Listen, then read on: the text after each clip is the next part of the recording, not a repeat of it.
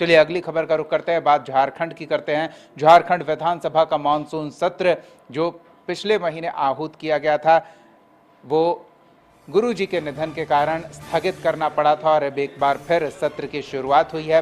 सत्र की शुरुआत में पहले तो औपचारिकता पूरी की गई और गुरुजी को श्रद्धांजलि अर्पित की गई, शोक प्रस्ताव पढ़ा गया। इस शोक प्रस्ताव को पढ़ते हुए मुख्यमंत्री हेमंत सोरेन एक बार की भावुक भी हो गए।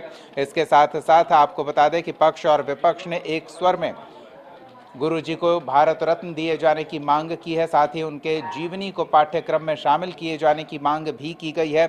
इसके अलावा अगर हम बात करें तो सत्र के पहले दिन वित्त मंत्री ने 4,296 करोड़ 62 लाख का अनुपूरक बजट भी पेश किया गया, जिसके बाद सत्र की कार्यवाही को स्थगित कर दिया गया।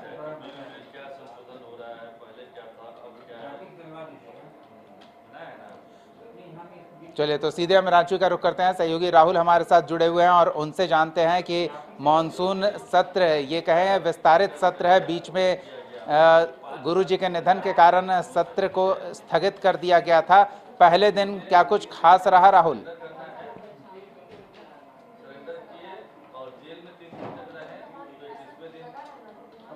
है और इस सत्र में कह सकते हैं कि पहले दिन जो अनुपूरक बजट वित्त मंत्री की ओर से पेश किया गया और साल 2025-26 का ये पहला अनुपूरक बजट था, इसलिए भी ये सत्र जरूरी था। हालांकि चलते मानसून सत्र में 4 अगस्त को जब दिसेम गुरु शिबू सोरेन की निधन की खबर आई तो उसके बाद सत्र को बीच में ही अनिश्चितकाल के लिए स्थगित कर दिया गया और अब उसी मानसून सत्र का विस्तारित अनुपूरक सत्र कह सकते, पूरक सत्र कह सकते हैं, विस्तारित सत्र कह सकते हैं, उसकी शुरुआत आज से हुई है।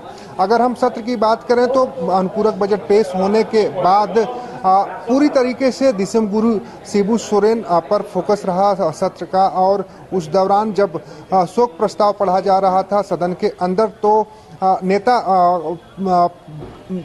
प्रतिपक्ष हो या सत्ता पक्ष के नेता हो, सभी ने एक स्वर में दिसम गुरु शिबू सोरेन के ख्यातियों को, दिसम गुरु शिबू सोरेन की जो झारखंड में लड़ाई रही, झारखंड को लेकर लड़ाई रही, जो साहूकारों के खिलाफ उन्होंने एक आंदोलन छेड़ा था, नशा के खिलाफ जो एक आंदोलन खड़ा किया, तो उन सारी चीज़ों पर गंभीरता से चर्चा होने के साथ ही साथ कांग्रेस ने सदन के अंदर भारत रत्न देने की मांग की और उसके अलावा आजसू के विधायक ने भी भारत रत्न की मांग की। और वहीं जो नशा के खिलाफ गुरुजी हमेशा अपने कार्यक्रमों में बोला करते थे, भाषणों में बोला करते थे और आह्वान करते थे, खासकर संथाल परगना में कि नशा छोड़ना कितना जरूरी है, नशा छोड़ने से समाज को किस तरीके से सुधारा जा सकता है। तो इसको लेकर भी सदन के अंदर चर्चा हुई और कई विधायकों ने सदन के अंदर नशा के खिलाफ कड़ी कार्रवाई और शराबबंदी जैसे कानून लाने की बात सदन के अंदर कही है। हालांकि अब देखना होगा कि सदन के अंदर कही गई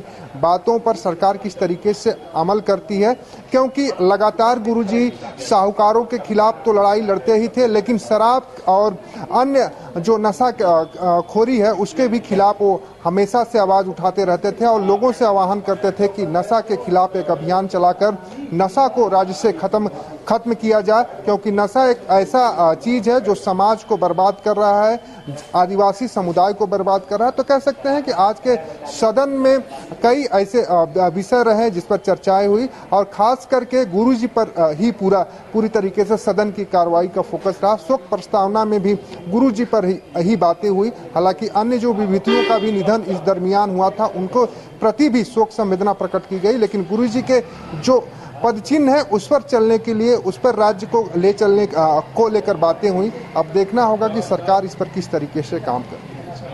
धन्यवाद राहुल इस तमाम बातचीत और जानकारी के लिए। तो गुरुजी को भारत रत्न दिए जाने की मांग पक्ष और विपक्ष ने सामूहिक रूप से की है। इसके साथ साथ उनकी जीवनी को सिलेबस में शामिल किए जाने की मांग की गई है। संघर्षपूर्ण जीवन और इस संघर्ष के सहारे उन्होंने सियासत में एक बहुत ही महत्वपूर्ण भूमिका का निर्वहन किया, केंद्र की राजनीति में भी अपनी छाप छोड़ी और उनकी जीवनी से झारखंड के बच्चों को, झारखंड के युवाओं को प्रेरणा मिलेगी, ये प्रयास है। तो सत्ता पक्ष और विपक्ष इस मांग पर एक साथ एक मंच पर नजर आए।